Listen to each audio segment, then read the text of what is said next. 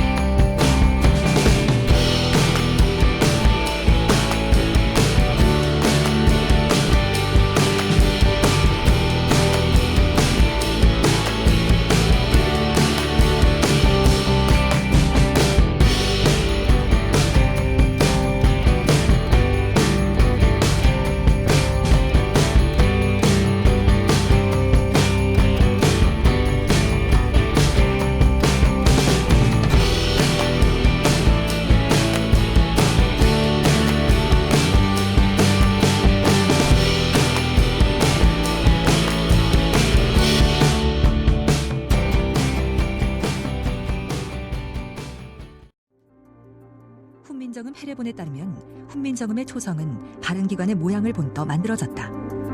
어금니 소리인 기역은 크음을 소리낼 때 혀뿌리가 목구멍을 막는 모양을 본떴고, 니은은 혀가 윗잇몸에 닿는 모양, 미음은 입의 모양을 본떴다.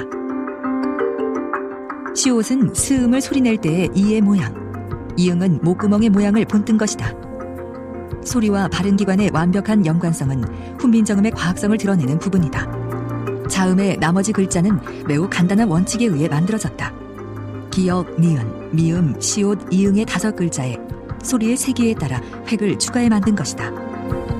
훈민정음은 글자 모양이 글자가 담고 있는 소리의 자질과 특질을 보여준다고 해서 자질문자라 불리는데, 음성문자인 영어와는 확연한 차이를 보인다. 영어의 BP, DT, GK, VF 등의 글자들은 소리는 비슷하지만 글자 간의 유사성이 없다.